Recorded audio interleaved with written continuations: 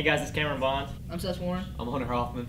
And welcome back to Bring It to the Table. On this week's edition, we're going to pick one player in college football to start our football team with. Hunter, I'm going to let you go first on this one. I was deciding I was down to Saquon Barkley and Lamar Jackson, but picking between them, I would have to go Lamar Jackson. You have to have a leader on the offense, quarterback's usually the leader, so I'm going Lamar Jackson. I'm going to go Baker Mayfield here. He's my Heisman winner. In my opinion, the best player in the country, passing-wise, mobile, is a dual threat. Not only that, just what he brings on and off the field, the leadership that comes with what he brings, hypes up everybody before the games and gets them ready to go, offensively and defensively. I seriously cannot believe one of you guys didn't pick Saquon Barkley, but I'm not picking him. But I'm going with Ed Oliver. I can't believe you didn't pick him. I'm going with Ed Oliver, the defensive lineman from Houston. The dude is in the backfield on every single play. And a good defense is what wins you championships in college football. You look at Alabama, always have a good defense. Clemson, they won it last year, they had a really good defense. Ohio State a few years back, really good defense. So give me Ed Oliver to start my team, and I'm going to have a force on the defensive line that's going to get in the backfield every play, and I think that's going to start your team off well. Because in college football, there's quarterbacks and running backs all over the place to get skilled players. And you look at a guy like Akram Wadley from Iowa. He's a good running back. Luke Falk from Washington State. There's good quarterbacks and running backs all over the place. So I'm starting with a defensive lineman. That's a force. So now our second discussion topic is a big topic around sports right now. Kneeling during the national anthem. Hunter, I'm going to let you take the floor on this one and go first. Okay. I think kneeling during the national anthem is one thing, but I think staying in the locker room is a different thing. I think kneeling, if you do it to the sideline, don't go out there and put yourself in the middle of the field and everything. I think that's fine if you go over to the bench and you just don't want to do it. I mean, if you're kneeling for the national anthem, it doesn't mean you don't have respect for your country. It just means that you're just trying to stand for something that you believe in, which I think is good. I think Kaepernick started it, but Kaepernick started. That's the only reason people are doing it. It's because of Kaepernick. But I think locking arms, I think that's fine because honestly, they're doing it straight towards Trump. They're not doing it towards. Last night on Monday Night Football, the Cowboys handled it perfectly. The people who wanted to take their knee, the whole team took their knee before the anthem started. Showed unity. And then they stood up for the anthem. I think that was the perfect way to handle it. I think that if you look at the Steelers and everybody's outraged that they stayed in the locker room, I have zero problem with that. They had an issue with Trump attacking them or whatever, calling them SOBs, whatever you want to say. I agree with that, and I don't necessarily agree taking. There's a time and a place, but I do know that Colin Kaepernick has raised awareness for this issue, and it is an issue.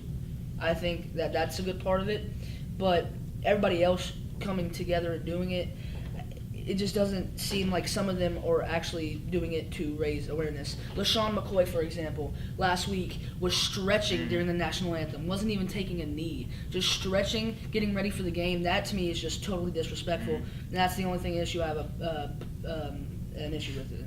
I mean, I think this is an issue that's going to stay around for a while. Yeah. Unless something gets done about it. And it's only going to get bigger as well. But I don't know what the solution is, but one needs to be found fast. I agree. So just like we do our predictions at the end of each show, we're going to start doing our playoffs teams at the end of each week. So, Hunter, you can go first. All right. 1, Clemson. I still think Clemson. 2, Alabama. 3, I'm still going Penn State. 4, I'm still not sure about 4. I had Oklahoma State last week, but this week I would put Oklahoma, Baker Mayfield. Mine doesn't change that much, except for I'm going to switch 1 and 2. I had 1 Clemson last week and then 2 Alabama. I'm going to switch it the way that Alabama played against Vanderbilt, which is they held Kyle Shermer and the Vanderbilt offense to 0 points, which Kyle Shermer had the best QBR coming in to that game. And also they scored. The run game for this Alabama offense is just going to help the passing game, and it's just going to be the team itself looks better and better each week, and that's the best thing about Alabama in my opinion. So the only thing I switch up from last week is Alabama at 1, Clemson at 2, and the rest 3 and 4 are the same. Penn State 3, and then 4 Oklahoma. I have Alabama at number 1. I'm keeping Clemson at 2 for right now, but I picked them to get beat this weekend by Virginia Tech. Number 3, I got Penn State. They showed some grit in that win at Iowa. There's a crazy stat about teams who lose at Kinnick Stadium, which is Iowa's home field, top 5 teams. They found a way to win on the last play of the game. Number 4, I got Georgia. I'm moving them all the way up to number 4. That was- They looked really They're my well. first one out. They're my first one out. They 5, looked yeah. really, That's really who good. I was against picking. And Mississippi State killed Georgia. LSU, which everybody Yes. was raving about at the beginning of the season, and Yes. then Georgia went up and Oklahoma killed and Georgia Mississippi was State. my 4. They better not switch back to Jacob Eason. Jake No. Fromm is rolling right now, and if they switch back to Jacob Eason, that could just change the motivation of the team and how they're playing Now, right now. So they now will- if Georgia have loses going to Tennessee, would you make a change once Jacob Eason's ready? to well, come Georgia's back? not losing to Tennessee, but Yeah. How do you know that? it's just my prediction. But if All that right. if that does It's a prediction. happen, If it does happen. I would still not do anything to the Really? quarterback spot All right. because you can't judge a quarterback off of one game. Mhm. But that's my playoff: 1 Alabama, 2 Clemson, 3 Penn State, 4 Georgia. Just like Florida, I think switching quarterbacks for Florida this week's going to hurt them. Today, I'll bring it to the table. We have a special guest picker, our head principal here at Wilson Central, Mr. Mayfield. Thanks for joining us today, Mr. Mayfield. Thank you for having me. All right, so today we're going to pick our normal 4 games like always, and then we'll pick an upset pick. Okay, guys. First game is Tennessee versus Georgia. Well, Tennessee didn't play very well against UMass this past weekend. I know you saw that, Seth. Georgia looked really good against Mississippi State, so I think Jake Fromm is doing really well for a freshman quarterback. I have the Georgia Bulldogs winning big. Tennessee defense is going to have to stop the run game, simple as that, and I don't think they will. I think Georgia probably wins and probably a big win for them.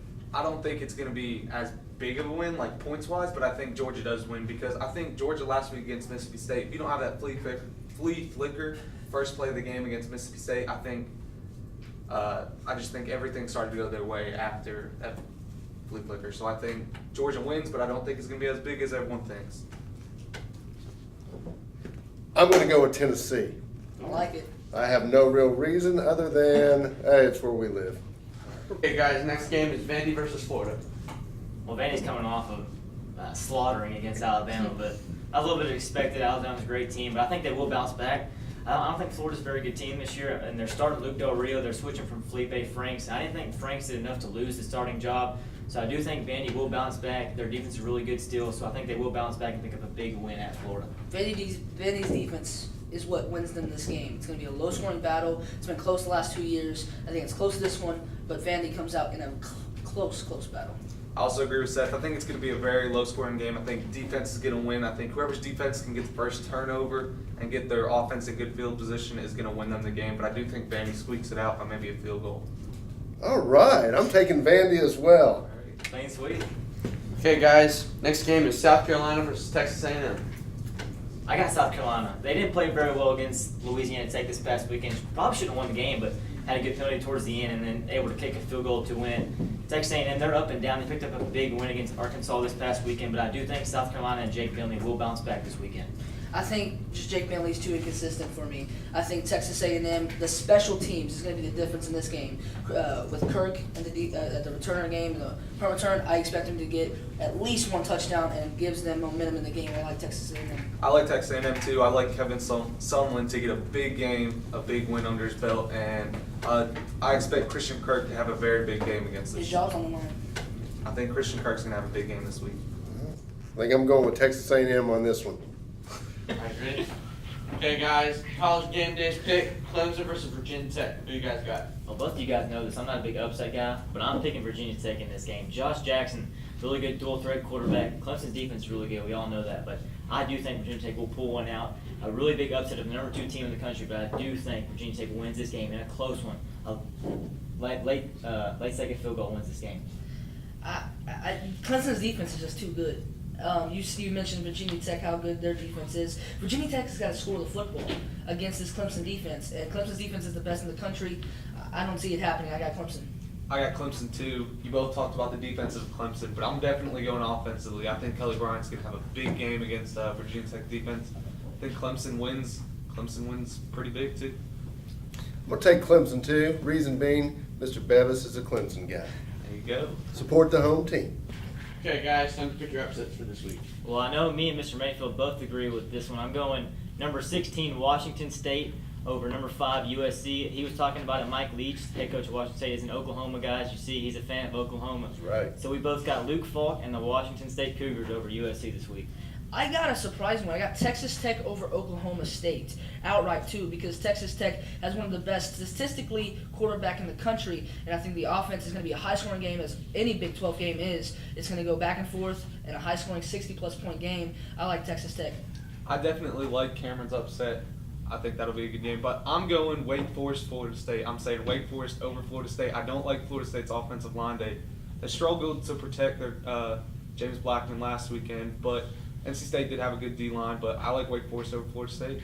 So there were our picks of the week and our upset pick of the week. And once again, Mr. Mayfield, thank you for joining us today on Bring It to the Table. Thank you very much for having me. We'll see you next time on Bring It to the Table. Bring it to the table. Boomer Sooner.